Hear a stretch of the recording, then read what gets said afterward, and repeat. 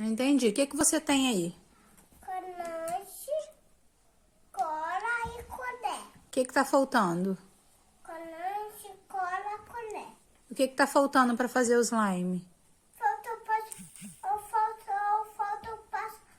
passo pequeno. Um pote pequeno? Uhum. E mais o quê?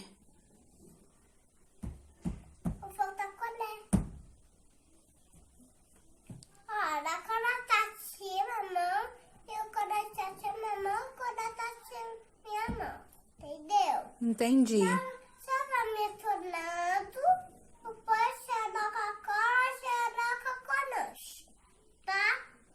Pega um pote pequeno, por favor. Pego.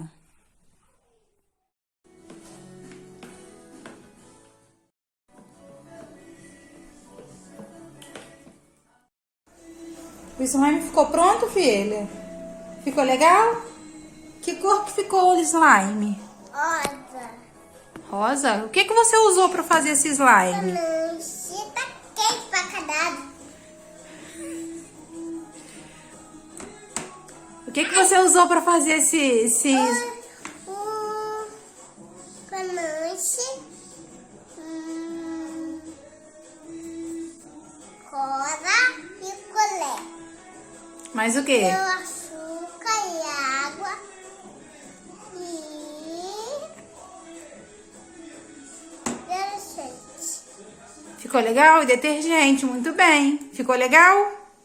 Tá mais macio. Tá macio.